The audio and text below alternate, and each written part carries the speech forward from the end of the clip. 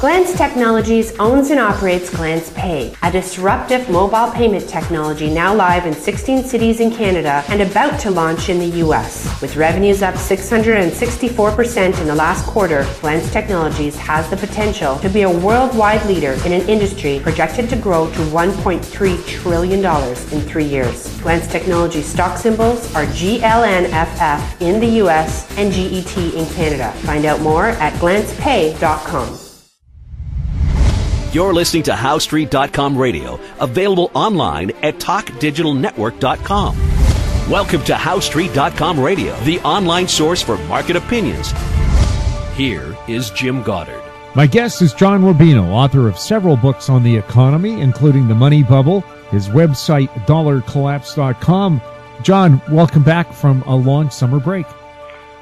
Greetings, Jim, from smoky Idaho, where we can barely breathe when we go outside these days. But your famous potatoes caught fire? Yeah. That and everything else, it seems like.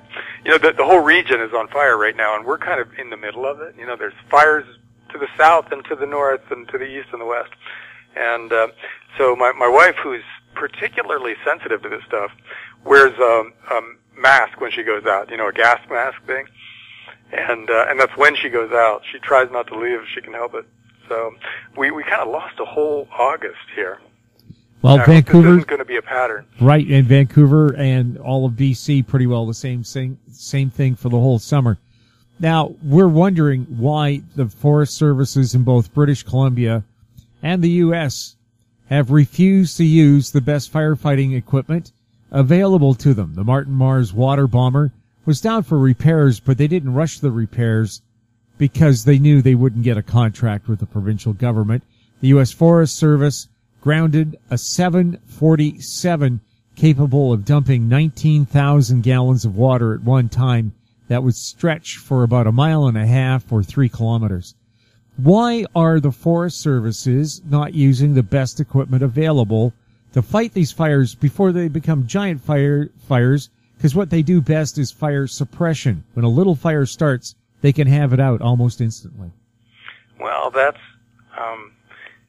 a deeper question. And I think the answer is that we shouldn't be fighting these fires to begin with. You know, fire is a natural process. Forests are supposed to burn. And that's how balance is maintained in nature. You know, when a bunch of underbrush grows up in a forest and a bunch of branches fall and pine leaves fall and leaves build up at the bottom of the forest, that has to be burned off periodically, or it builds up to the point that when a fire does start, it burns extremely hot, unnaturally hot, and it kills off a lot of the plants that are adapted to normal fires. So I can't speak for Canada, don't know how you guys handled it in the past, but in the U.S. we spent a century putting out every fire we could. And we created the conditions for these monster fires now, which, as we're finding, we can't stop.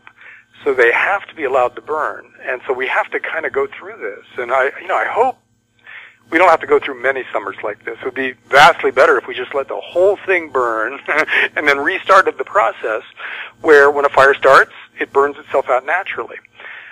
And people are not encouraged by government subsidies to build their houses in forests. You know, here in Idaho, we've got all these, you know, frankly beautiful houses up on the sides of mountains around here where you drive up a gravel road and turn a corner and there's this really pretty house completely surrounded by trees. It must be amazing to live there.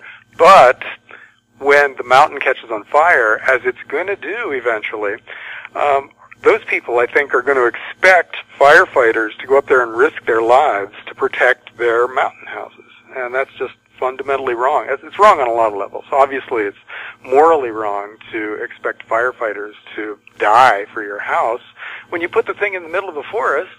And it's also economically really stupid because it ends up with somebody picking up the tab for that house, and, you know, frequently not the homeowner, because if they buy insurance, then the insurance companies risk bankruptcy when a fire starts, and if they raise the rates sufficiently that homeowners don't buy insurance anymore, then the government ends up stepping in, and taxpayers bail these guys out. And we've got a similar thing on the other end of the country in the U.S., where we've encouraged people to move to places like Houston and Miami, which is right in Hurricane Alley, places where monster storms are going to hit eventually and periodically.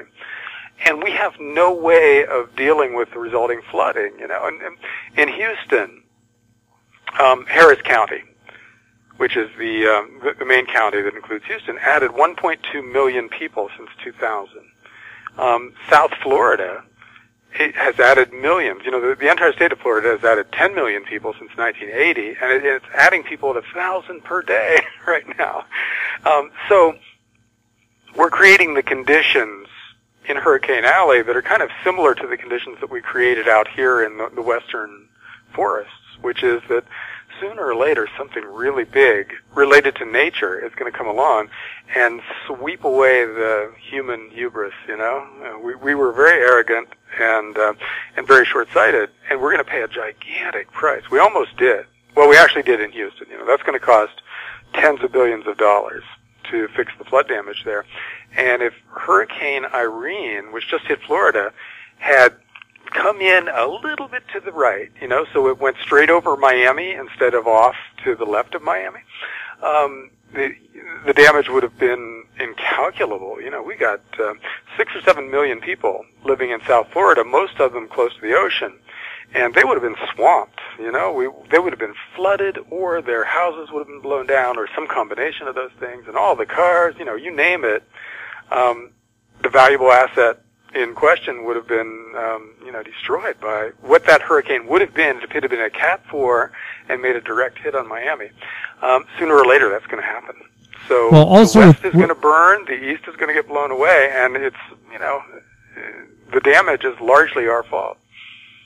Well, my friends in Miami, their solution was they built a concrete house with steel shutters because they know hurricanes, which also spin off tornadoes, are a big factor. And I asked them, what about flooding? And they said, well, we've built a 10-foot flood wall. So they are personally prepared for this kind of crap. Well, yes.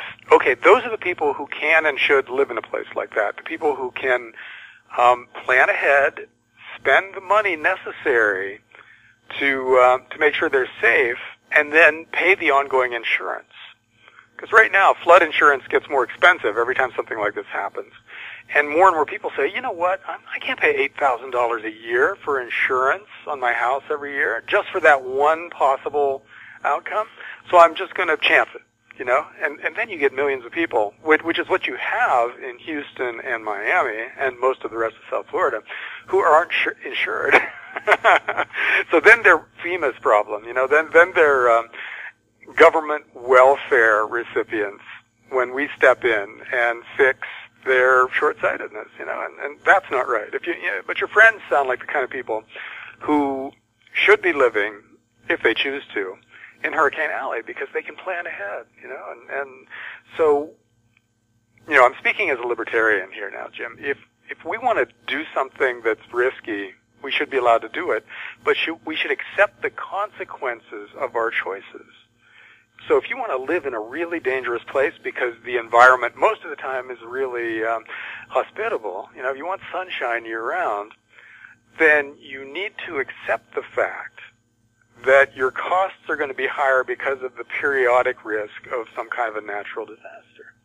Same thing with out west. You want to live in a forest and wake up every day and walk outside and think, oh my God, I live in the best place in the world. Okay, you should do that, but you should accept the fact that your house is going to burn down every 20 years.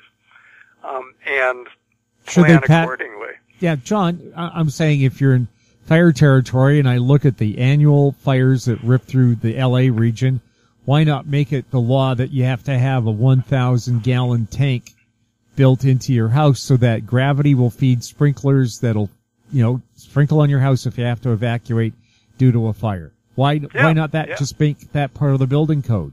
Your house is worth $3 million. What's another $10,000 for a automatic water system? Yeah, it could be part of the building code, or we could have have the laws set up so that if your house burns down and you didn't insure it, you're on the hook for the cost, whatever it is. That money is just gone, and then people would figure out that that is the risk. You know, it's a very well-defined risk. Fires sweep through every 15 or 20 years, sometimes sooner, sometimes later. And if your house burns down, it's up to you to have planned ahead of time to cover the cost of that event. And I think people are smart enough to figure that out. You know, they would voluntarily, as you said, if you're going to have a $3 million house, put a $10,000 fire suppression system in there and then clear out the brush around your house for, 30, 40 yards, whatever. Whatever it takes to legitimately protect your house from burning down in a brush fire. It's not that complicated. It's just that people expect to be taken care of. We could go from there into the financial world, where we've created basically the same circumstances with the big banks, right? And most of the leveraged speculating community in the developed world. These guys think that they're going to get bailed out from their next screw-up because they've always gotten bailed out since the 1990s when Alan Greenspan was the chairman of the Fed in the U.S. They've gotten bailed out of basically everything stupid that they've done. So they're like people with, houses in the forest in my neighborhood or beach condos that aren't insured in Miami. They just expect to be taken care of. And at some point, the cost of taking care of everybody who has responded to, the moral hazard that we've created with really stupid behavior is going to break us. It's going to be overwhelming. And we're going to create as much new currency as it takes to bail out everybody. And the value of the currency is going to be swamped by that oversupply, and we'll have a gigantic currency crisis. And then there won't be anybody left to bail out the people who made bad decisions, because it'll be the governments, it'll be the backstop that breaks. And that's coming. That's the gold bug thesis right there, Jim, in a nutshell, that at some point this whole system falls apart. And if you have a counterparty, in other words, if somebody is out there and you expect them to take care of you because they've promised to, they're going to fail, and you're going to be left to your own devices and to the consequences of your really stupid, short-sighted behavior. And the only thing, well, actually one of the only things, without a counterparty is precious metals. Nobody has to keep a promise for gold and silver to hold their value. And that's why you own stuff like that, because in a world where counterparties are going to fail wholesale, you don't want to have your financial future or any aspect of your future dependent on that counterparty taking care of you. So if you own things that mostly don't depend on a counterparty, for instance, farmland is another example of that. If you own a good quality piece of farmland, you don't care about the value of the dollar. You're going to make out because you can always grow food, and that food is always going to have an objective, tangible value for the rest of the world. Same thing with silver coins, and gold coins. So you can, in the worst imaginable financial crisis, you can take a silver coin down to a grocery store, and the guy who owns the grocery store is going to give you food for that silver coin because he's going to want that silver coin because he knows it has actual value. You can take a gold coin to a car dealer. They will sell you a used and maybe a new car for that gold coin because they know it has tangible value. It's worth more to them than these dollars that people are bringing in and that they then have to get rid of right away because they don't trust the value of dollars. So that's the difference between something with tangible value and something that depends on a counterparty. We'll have more with John Rubino right after the break. I'm Larry Ray, President and CEO of American Manganese, Inc., listed on the TSX Venture, ticker symbol AMY, A-M-Y, with proprietary patents in the U.S., China, and South Africa. Our focus is on recycling lithium-ion batteries for electric vehicles. China recently legislated the responsibility for recycling onto their electric vehicle manufacturers and importers. For more information, please visit AmericanManganeseInc.com or phone me, Larry Ray, at 778-574-4444. Arctic Star Exploration, operated by a team of proven mine finders, is focused on diamonds in Finland and the Northwest Territories of Canada. A work program is planned for our Finland property that contains diamond-bearing kimberlite. Arctic Star trades on the TSX Venture Exchange, symbol ADD, and the Frankfurt Exchange, symbol 82A1. please visit our website at arcticstar.ca or call us at 604-689-1799. Welcome back. We're speaking with John Rubino. Another aspect of the disasters in Florida and in Houston, Texas. In Houston, it flooded. The mayor didn't order an evacuation, so not only did they have to rescue tens of thousands of people, but maybe up to 1 million vehicles were destroyed or heavily damaged by that flooding. In Florida, where they ordered a mass evacuation, everybody ran out of town, very few vehicles damaged, so they might have damage to their homes, but they're not going to have to replace their cars. A whole different aspect to this, and the costs. Still, the auto industry, which was looking at a big downturn this year, they may have to replace up to 1 million vehicles just in the Houston area. Was that a godsend for them? For them, yes. For the insurance companies, no. Because, this money to do all this doesn't come out of thin air. So you have to get it from somebody. So if we're going to buy 1 million new cars we weren't going to buy before, then somebody has to pay for that, and it's going to be the property casualty insurance guys. So you're seeing their stock prices go down because we know they're going to take a big hit pretty soon. And then secondarily, the policy holders are going to take a hit going forward because the property casualty guys have to raise their rates to make up for this big, somewhat unexpected loss. And then going further out, the government is going to have to come up with extra money to offset the slowdown in the financial markets that might have been generated by big losses or much worse earnings at the insurance companies. So it all comes back to, in the U.S., the Federal Reserve, which has to create new money for every single thing that happens because the system isn't resilient enough to manage on its own without a continuous infusion of new credit. And there's no way out of this. Bad things are going to happen, and they're going to continue to happen, in part because they always happen. There's always natural disasters and things like that. There's going to be an earthquake in California one of these days, and there will be more hurricanes, and et cetera, et cetera. That's just the nature of life. It's always been that way. It always will be that way. So those things have to be paid for. The artificial self-inflicted crises that are coming are financial. We borrowed way, way, way too much money for the past 30 years, and now we're at the point where the numbers are just unconscionable. They're beyond comprehension right now. And they're clearly big enough to cause a crisis, and then it just becomes a question of, what crisis hits first to send the system off the cliff? Where does it come from? What's the timing? And we can't know that. But the list of stuff that could go wrong is immense, which means that something will probably go wrong. Something on that list is going to blow up on us. And that's just financial. We don't know about the geopolitical side of this as well. We've been going back and forth with North Korea for the last few months, threatening nuclear war. That's a horrifying prospect, and it's not one where we're out of the woods yet, because they set off a hydrogen bomb just lately, and they fired a missile over Japan, both of which are, red lines from a U.S. standpoint, although we tend to draw red lines, and then they step over the red line, and then we draw a new red line. I don't know what we're thinking with North Korea, because the process, our behavior just emboldens them, because once they step across a couple of red lines, they assume those red lines don't mean anything anymore, and they just don't see them, It's like in golf. I'm learning to play golf, so I'm going to give you a golf analogy here. Water traps, for instance, are terrifying when you're a beginner. They rattle you, and so you hit your ball in the water every time you try to hit over it. But once you hit a few balls over a water trap, you stop seeing the water trap. It's just not there anymore because you can handle it. There's no consequence there, because you're going to hit the ball over the water trap just like you would hit it over fairway, green grass.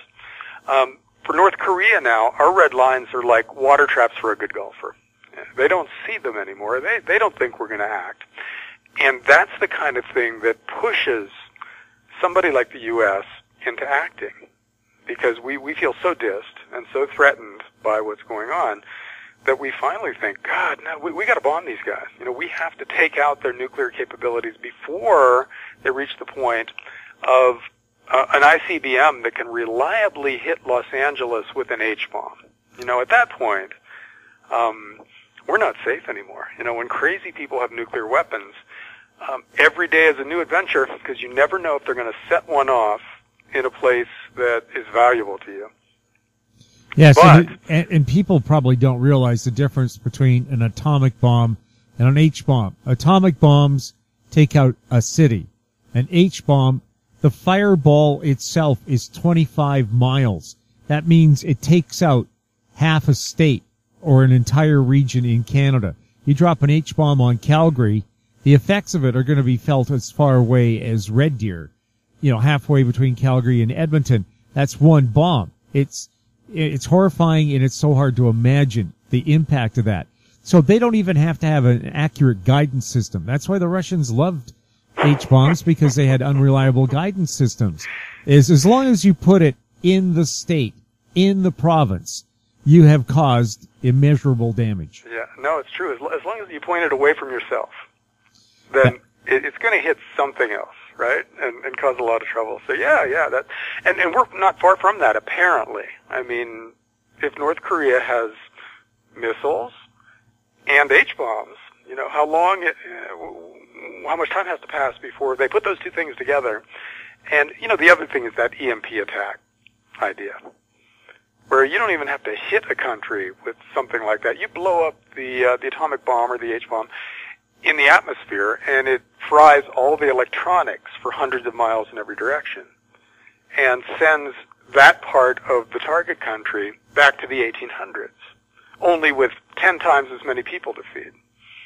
And the system just collapses. On that day, that country is over as a consequential entity in the world. And that's possible too, apparently.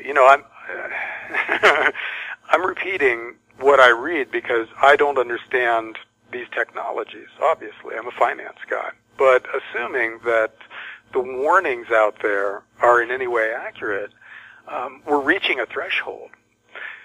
And now, so let's say we react to that threshold by trying to take out North Korea's nukes, okay, which is defensible. I mean, it's scary, but it's also defensible from a geopolitical standpoint. Well, it turns out that South Korea's capital, Seoul, is 35 miles away from the North Korean border, and it has 25 million people in it. So North Korea, if they have any retaliatory ability after we strike them, has a really juicy target just 35 miles south of their southern border. It's an artillery range. Yeah, that's right. They don't have to shoot a missile at Seoul. They can just bomb it with conventional bombs. Or if they have nuclear artillery, which I think is a thing. I think that Yes, it is. Yeah. So we risk the death of 25 million people right away if we do something like this. On the other hand, we risk all the other stuff you and I just talked about if we don't do it. That's a really scary prospect. And it's one that really starting this year, we live with every day now. Because North Korea has these capabilities, apparently. Oh, and they're also friends with Iran, who's the other country run by crazy people, which is building nuclear capabilities. So presumably they're sharing technology, which means not only could a national actor do something with nuclear weapons, they could also just hand them off to somebody who's, a non-national terrorist organization or whatever, the secret police of some country that wants to attack somebody else without consequence, without anybody being able to figure out where it comes from. Yes, and that atomic weapon, whether conventional or hydrogen, can be delivered on the back of a donkey or in the cargo hold of a freighter. There's this maybe urban legend, maybe not, called a suitcase nuke that has been talked about for the last 20 or 30 years, which is, as you said, it's a nuclear weapon small enough to be carried around. and just dropped off somewhere on the subway or whatever at the Super Bowl. You know, the list of stuff that you could do, the horrendous stuff that you could do with a suitcase nuke is just too long to think about. Weighs 75 pounds. Oh, that's insane. And you know, that's arguably the end of civilization, really, when that kind of a weapon becomes mass producible. I think the only solution at that point is space migration. You know, we got to get off the planet if there are hundreds of people with stuff like that running around the Earth and no way to track them or anything. Anyhow, see, we're getting way off on a tangent of the worst case scenarios here, Jim. And really, leaving all that aside, you know, maybe geopolitics goes along in pretty decent shape for the next 20 years. We still have a gigantic financial crisis out there, and that's the thing that we can do something about. We can't stop it from coming. We can't vote in people who will fix it, because nobody will fix it. But we can at least take steps to protect ourselves from a financial crisis. And John, which in the scheme of things is pretty historically not that big of a deal. You know, it's a mess for somebody whose currency is wiped out. But it doesn't involve cities being leveled or anything. It's just you pick up the pieces of your financial life and move on. Or you cash out your gold and silver at massive multiples of where you bought it, and then you live the rest of your life as a rich guy. You know, one or the other. Well, John, we'll be talking. Problem. John, let's talk about some of those possible solutions if the market decides to take a big dump and doesn't come back very fast. We'll have more with John Rubino right after this. I'm Brian Fowler, president of Blind Creek Resources Limited, listed on the TSX Venture Exchange, ticker symbol BCK. Blind Creek is focused in the Yukon, Northwest Territories, and British Columbia. The company's key property is the Blend Project, one of the largest undeveloped lead zinc silver deposits in Western Canada, plus plans to advance the recently acquired, fully permitted historic engineer gold mine in the Atlan district of northwestern BC. Check us out at blindcreekresources.com. Keep informed. Receive our weekly recap of thought-provoking articles, podcasts, and radio delivered to your inbox for free. Sign up for the HowStreet.com weekly recap on our homepage, HowStreet.com. Welcome back. We're speaking with John Rubino.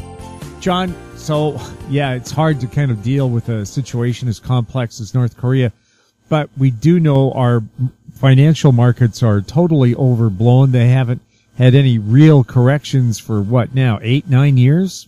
What happens if they drop 60%?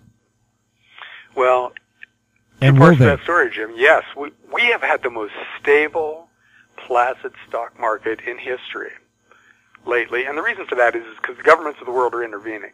They have decided that stock prices are a public policy lever that they're going to manipulate. You know, they're going to pull that lever whenever they have to prop up the financial markets. And, of course, what that does is create even more moral hazard, but this time in the stock market, where everybody buys the dips now because they assume the world's central banks are going to pile in. You know, the Swiss central bank is a huge holder of equities. The Japanese central bank is, too. And, the U.S. central bank is secretly buying stocks. You know they are. You know, and if they're not now, they will be. Janet Yellen is on record as wishing she had the power to intervene in the markets in a way that has a direct effect on consumer spending.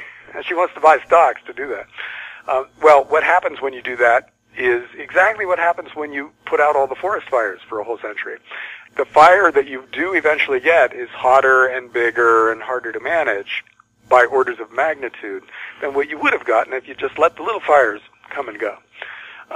So we're setting the stage for a humongous financial crisis that's going to involve stock market volatility, among much else. You know, the government bond market is at some point going to be the absolute worst place to be, because government bonds depend on the value of local currencies in order to have any value at all.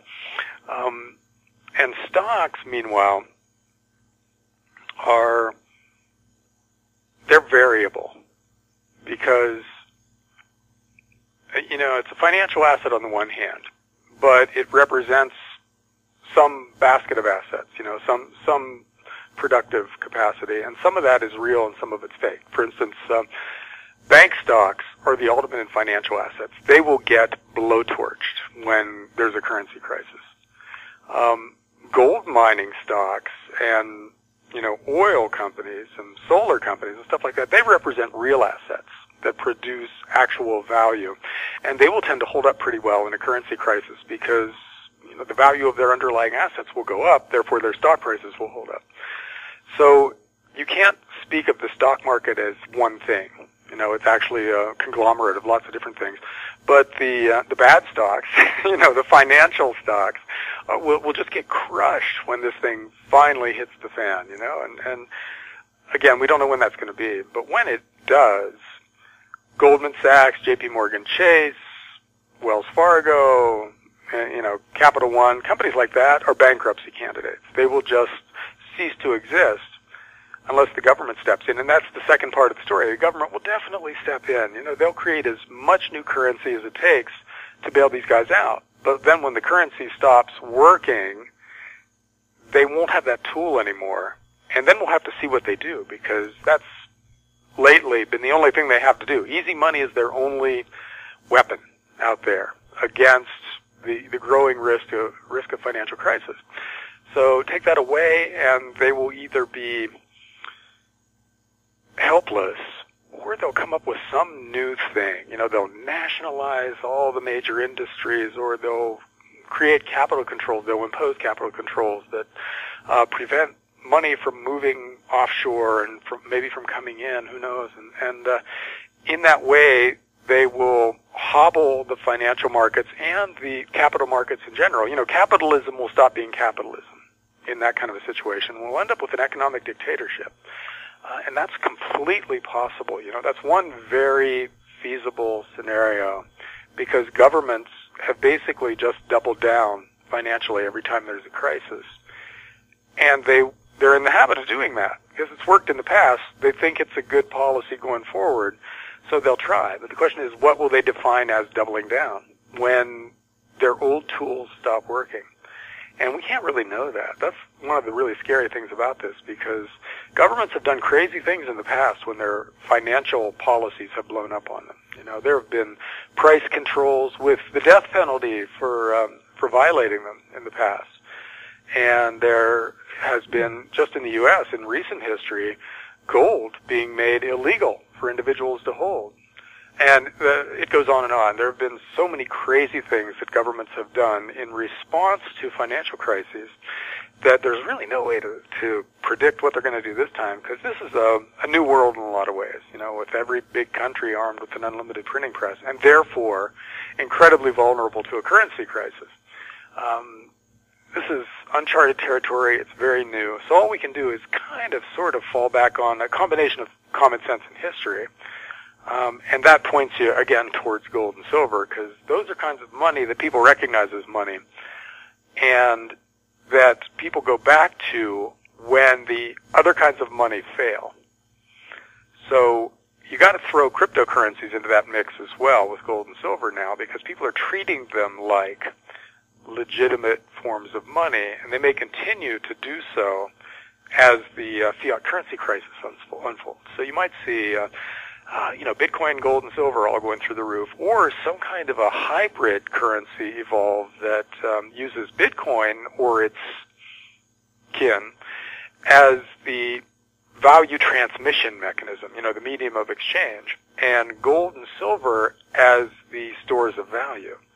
If you can link those two things up in a way that that is both safe and seamless, then you got something really interesting. You got 21st century money there. So that might be one of the good things that comes of the next financial crisis. Maybe when national currencies fail and are recognized as the incredibly bad ideas that they obviously are to gold bugs, we'll have something waiting in the wings that is demonstrably better, and the world will just go to that. If we have to have one world money, let it be gold and gold in a vault and a cryptocurrency kind of transmission mechanism. And let it be independent of the world's governments. And let all the world's governments, especially the world's central banks, just become like bank tellers for the people who own these kinds of currency. You can go to the Fed and get gold for your your cryptocurrency. And you can go to the Fed and get cryptocurrency for your gold. So we may not even need central banks at all, but if we do need central banks, let that be their function, where they're just responding to consumer demand for money. And that's it.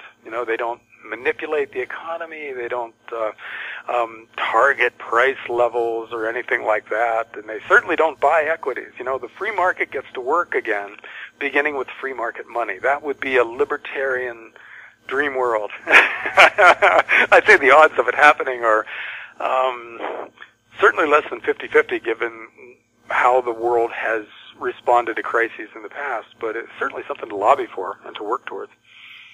John, so many fascinating topics to talk about, and I'm sure we'll be chatting about them more. Good. I'm looking forward to next month's talk, Jim. My guest has been John Rubino, author of several books on the economy, including The Money Bubble, his website, dollarcollapse.com. You're listening to HowStreet.com radio. Find us on Twitter at Talk Digital Net. You might find better quality on our YouTube channel, Talk Digital Network. Questions for the show or our guests can be emailed to info@HowStreet.com. I'm Jim Goddard. Thanks for listening. Comments made on HowStreet.com radio are an expression of opinion only and should not be construed in any matter whatsoever as recommendations to buy or sell any financial instrument at any time. Available online at TalkDigitalNetwork.com. HowStreet.com radio is a production of HowStreet Media Incorporated.